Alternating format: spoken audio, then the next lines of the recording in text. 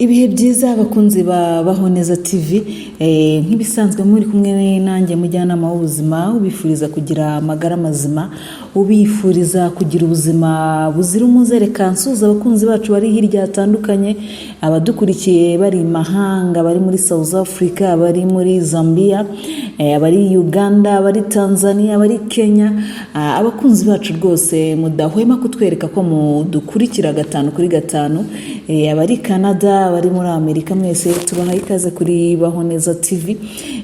Tubifuriza kugira amagara mazima, mugira ubuzima buzira umuze, mugira amafaranga, inyatsi ntikabagereho rwose, abarozi ntibakabagereho, mwige kwirinda abarozi mbere yuko babageraho rwose. Ubu ngubu kwitsirika ni ibintu byoroshye rwose, kuba wafata ukitsirika mbere yuko umurozi akuroga biba ari byiza. Ubundi umuhanga yaravuze ngo kwirinda biruta kwivuza. Rero mwirinde mbere yuko mugwa mu bibazo, muze tubatsirike hanyuma mutandukane no kuba abarozi bahora babaroga, kubera ko muri minsi iyi si rwose yameze amenyo, abantu inzangano zarabuzuye. Usanga uturana n'umuntu akakuroga, akakugirira nabi, ugasanga umushuti umuvandimwe, mbese isi ntago bimeze neza cyane. So rero ubundi kuba muri ino si ni ukumenya uko witwara, ni ukumenya uko wirinda, ni ukumenya ibyo ukwiriye gukora kugira ngo nyine ubane. Ubundi ubana n'umwanzi, wizi ko ari umwanzi ariko ukamwirinda nyabona, ukamwirinda kugira ngo ibyo bibi nyine kukugira nabi ntibikugereho. Tubahaye ikaze kuri Baho Neza TV. Rero Baho Neza ni ivuriro rivura rikoresheje iyi miti yacu ya gakondo, ibi bimera twasigiwe n'abasogokuruza bacu. Ibi bimera nibyo basogokuruza bacu bakoreshaga kandi bakivura, nyabona natwe nibyo dukoresha kandi tukivura, tukagira ubuzima buzira umuze, tukagira amagara mazima, mbese ibintu bikaba bimeze neza, ubuzima bugakomeza. Hanyuma rero mbibutsa ko dukorera Kicukiro i Nyanza ku muhanda umanuka ujya i Karembure. Nimba udukeneye waduhamagara kuri 0783288024. Mbibutsa ko na nimero dukoresha ibiri kuri YouTube channel yacu, hariho na email nyabona. Ubaye uri mahanga utabasha kutuvugisha, watwandikira kuri email turagusubiza. Si ibyo gusa, dukoresha na WhatsApp. No kuri WhatsApp, iyo nimero iri kuri WhatsApp watwandikira. Ikindi nuko dufite Facebook page, nayo wajyaho rwose ni Baho Neza, hanyuma ukadushyigikira. Mbere yuko rero tunavuga ibindi, bakunzi bacu mukore subscribe, share and comment. Mbibutsa ko comment zanyu turazisoma kandi tukabasubiza, kugira ngo nyine tugende twunganirana. Niba rero hari ikibazo ufite runaka cyangwa se indwara ufite runaka yakurembeje, twandikire rwose utubwire, tuzayikubwireho. Cyangwa se niba hari icyatsi runaka uzi ariko utazi ibyo gishobora kuba cyavura, rwose twandikire utubwire, turi hano ku bwanyu. Nyabuna nimba tukuvura ugakira biba byiza, rangira n'abandi, sibyo? Niba twarakuvuye ugakira, ni benshi rwose bamaze kudushimira. Usibye ko muri ino minsi nabonye abantu badakunda kujya kuri za social media. Umuntu arakora ati warakoze kumvura, ariko ntabwo nshobora kujya gutanga ubuhamya, ntabwo nshaka ko umwanzi wanjye abimenya ko nakize n'iki, ashobora kumbona. Ibyo byo rwose ndabyumva. Duteganya ko tuzajya tubashyiraho audio, akavuga audio, ntashyireho amazina, ntashyireho n'isura, kugira ngo uwo mwanzi atazabibona ko yakize akongera ndi. Usibye ko twavuye, niyo umwanzi yakongera akabona ameze neza ntacyo yamutwara, kuko turagutsirika ku buryo niyo atekereje kubikora ahubwo yisanga ari we umeze nabi mu kibazo. Mbahaye ikaze rero, ni mujyanama w'ubuzima. ubifuriza kugira ubuzima buzira umuze, ubuzima bumeze neza cyane. Ubundi umunyarwanda niwe wavuze ati utazi nyakatsi ayininyaho. Aho ngaho rero icyo yarashatse kuvuga, aha yaragamije kumvikanisha ko ibyatsi hafi ya byose rurema yashyize ku isi bifite akamaro, ahubwo abatabizi bakaba ari bo bashobora kubyangiza.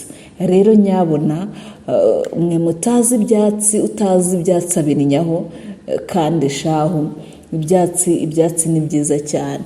Hanyuma rero ahangaha ngiye kubaganiriza ku bijyanye ubundi n'imiti gakondo. Ibyatsi iyi miti y'ibyatsi ivura ite, ikora ite? Ubundi rero abazungu nabo imiti bayikora mu byatsi, ahubwo nuko bafite ikoranabuhanga, bafite uko bagenda bakabikora, bagakuramo ibinini, bagakuramo imiti itandukanye, ariko baba bayikoze mu bimera. Twe ntituragera kuri ubwo buhanga bwo kuba twakora iyo miti, ariko bizagenda biza. Urebyeho Afurika aho yatangiriye ukareba aho imaze kugera, turi kugenda tugana mu iterambere. So rero icyatsi, utazi icyatsi akininyaho, utakiza kininyaho. Buriya icyatsi, nta cyatsi na kimwe kidafite akamaro, nta cyatsi na kimwe kitavura, ahubwo nuko muba mutabizi.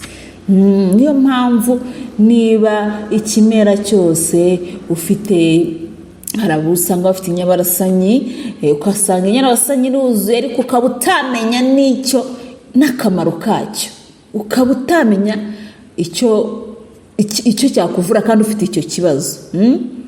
Ubu hari umuntu utazi icyatsi cy'inyabarasanyi? Hari umuntu utakizi? Reka nze mpite nkibereka hano mu ifoto, ndaje nyibereke. Reka mbabwire muri make akantu gatoya ku inyabarasanyi. Ubundi rero inyabarasanya ni icyatsi gifite akamaro cyane mu mibereho y'abanyarwanda kuva kera. Si abanyarwanda gusa, ubwo ni ku kiremwa muntu, kuko ngo yakoreshwaga mu komora igihe umuntu akomeretse, agafata ibibabi by'inyabarasanyi, hanyuma akavuguta, agakamuriraho y'amazi hamwe yakomeretse. Igikomere ngo kirakira, si ukuvuga ngo kiranakira, ahubwo igikomere cyita gikira. Ari icyambere umenya ikigero ushyiraho kandi ukabikorerwa n'umuntu. Niyo mpamvu tuba turi kubigisha kuri Baho Neza hano kugira ngo dukurikire. Ufata ibibabi 5 hanyuma ukabivuguta ugashyiraho y'amazi. Hanyuma rero inyabarasanya kandi ivura ibyo mu nda ku bana b'impinja, kwakunda abana baba barwaye icyo mu nda, ubwo ababyaye muhita mubyumva. Buriya inyabarasanya ivura icyo mu nda.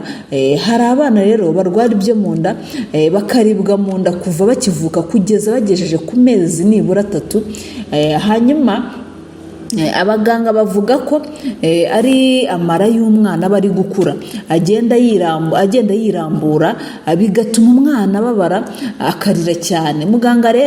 Abaganga bavuga ko inyabarasanya ivanze n'ibindi byatsi ivura ibintu byo mu nda byinshi bitandukanye. Ubwo rero murumva ko inyabarasanya ni ikintu cyiza. Ubundi rero inyabarasanya ivanze n'indi miti kandi bavuga ko ubusanzwe nyine abasogokuruza bacu batubwiraga ko umuti ari umuti w'igifu, gusa ngo si byiza ko umuntu yapfa kuyahira akayikoresha uko abonye. Ntago buriya nubwo tuba tukwigisha gutya, ntago tuba tukubwira ngo uhite ugenda uyahire uko ubonye, kuko uyikoresheje utazi uko bayikoresha, utatwumvishe ngo wumve uko bayikoresha, ntabwo biba ari byiza. Hari rero tuba turi hano kugira ngo tukubwire uburyo ushobora gukoresha inyabarasanya kugira ngo nyine ibe yagukiza. Rero ibyiza rero nuko watugana hanyuma tukagusobanura, tukagufasha, hanyuma ukabasha kuba wakivura. Ubundi hano icyo tukubwira nuko nta cyatsi ugomba gufata nabi ngo ugipfushe ubusa. No, ntuzakure icyo kintu, kuko icyo cyatsi nicyo gishobora kuba cyakurengera wagize ikibazo.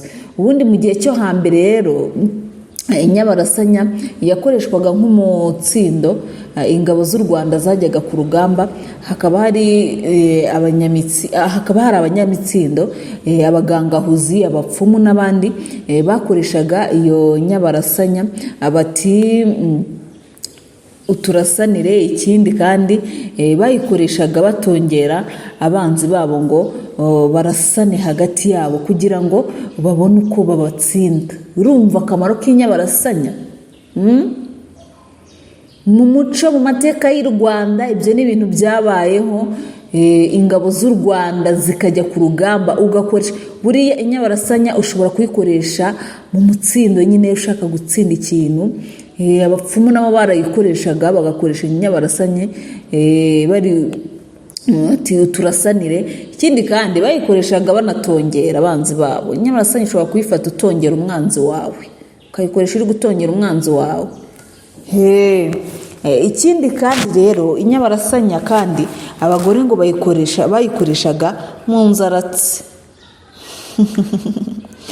Inyabarasanya bayikoreshaga mu nzaratsi kugira ngo batongere bakeba babo nyine, bakeba babo. Ni kwa kundi uba ufite umugabo afite undi mugore muri abakeba nyine. Inyabarasanya rero hari ukuntu bayikoresha buriya kugira ngo utongere mukeba wawe, hanyuma bajye bahora barasana n'abagabo, mbese ntibakumvikane kugeza bananiranywe. Nyuma abagabo bakabagarukira. Ushobora kuba ufite umugabo aguca inyuma, hari umukobwa wamutwaye, dore ko muri ino minsi byeze bimeze nabi. Buriya inyabarasanya urayikoresha.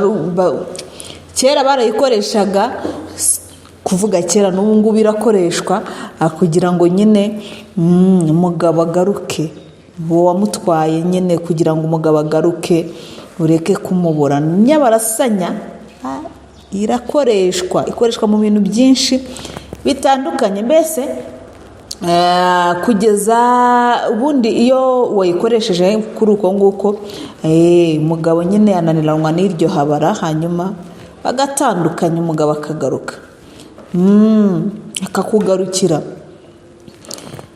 Gusa inyabarasanya kugira ngo uyikoreshe wenda kugira ngo ugarure umugabo areke kuguca inyuma, atandukanye n'iryo habara, hari undi muti bavangamo.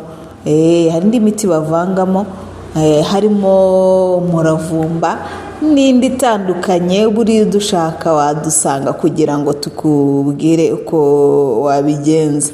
Ikindi rero reka mbabwire, n'umuravumba ni ikimera abanyarwanda bazi kuva kera, ku buryo hari n'imvugo abantu bakoresha iyo bashaka kumvikanisha ko umuntu azwi cyane, bakagira bati kanaka ni kizwi na bose nk'umuravumba. Iyo mvugo ndabizi neza ko muyizi. Nubwo rero umuravumba uzwi cyane, kuko usanga ngo mu ngo nyinshi barawuteye, ariko hari abatawuzi uko ari umuti. Benshi ntabwo mubizi ko ari umuti umuravumba. Hari benshi bazi kuvura inkorora gusa, kandi umuravumba buriya uvura ibintu byinshi. Umuravumba rero, umuntu arwaye inkorora n'ibyiro cyane, uzwiho ashobora gufata utubabi dukeya akaduhekenya, akamira amazi yatwo, gusa akirinda kuwukoresha ari mwinshi kuko wamutera ikindi kibazo. Niyo mpamvu tubabwira mutugane tubabwire uburyo wawukoresha.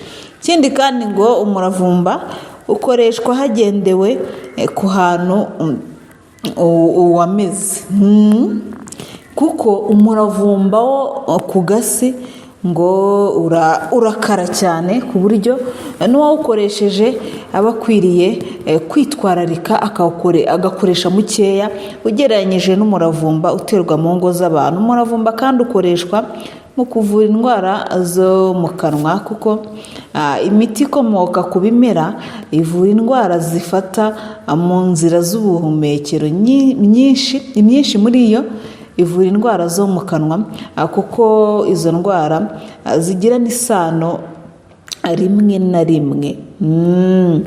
Sasa rero nicyo twababwira. Hanyuma ni byinshi cyane nshobora kubabwira ku bimera. Ahangaha nababwira byinshi. Reka nzaze mbabwira umwenya, mbabwira umubirizi, mbabwira inteja. Hanyuma nimara kubabwira ibyo ngibyo nkitse mbabwira uburyo babivanga kugira ngo nimba ufite umugabo hari ihabara ryamutwaye, ku buryo wamuvugutira cyangwa se wabigenza kugira ngo umugabo wawe abe yagaruka, dore ko muri ino minsi byeze. Niyo mpamvu twabahitiyemo kubibaganirizaho kugira ngo nyabuna abakobwa mutwara abagabo b'abandi ntago mwibuka ko abo bagabo bafite abana bakwiriye kwitaho, bakwiriye kurera. Ushobora gutwara umugabo w'abandi uzi ko uhimye uwo mugabo cyangwa uhimye uwo mugore, ugasanga abana 5 bavuye mu ishuri bagiye mu muhanda. Reka tubifurize kugira ubuzima bwiza, amagara mazima, mukomeza kunyurwa n'ibiganiro tuba twabashyiriyeho. Watwandikira muri comment, watwandikira kuri nimero, tuba kuri WhatsApp, watwandikira kuri email, hanyuma ukatuganiriza. Hanyuma watwandikira no kuri Facebook page yacu Nibaho Neza TV, hanyuma ukatuganiriza rwose, ukaduha igitekerezo cyawe kiba ari inyamirwa. Reka tubifurize kugira amagara mazima. Nsoza mbabwira nti nyabona soze mbabwira ati nyabona rero, utazi nyakatsi ayininyaho, cyangwa se utazi icyatsi akinyaho. Ati rero nimumenye ko ibyatsi ari ingirakamaro mu buzima bwanyu, mubyiteho, mubitunganye. Nimba ufite akarima rwose tera icyatsi cyakugirira akamaro. Ikimera, iyi miti yacu gakondo iravura kandi ikagira akamaro rwose. Ntukajye upinga ubuvuzi gakondo, kuko iyi miti yacu niyo abakurambere bacu bakoreshaga, ndetse n'abasogokuruza bacu n'abamama n'abasogokuru bose niyo bakoreshaga. Reka mbifurize kugira ubuzima bwiza, amagara mazima, mukomeza muryoherwa n'ibiganiro Baho Neza TV ikomeza kubagezaho. Turabakunda cyane.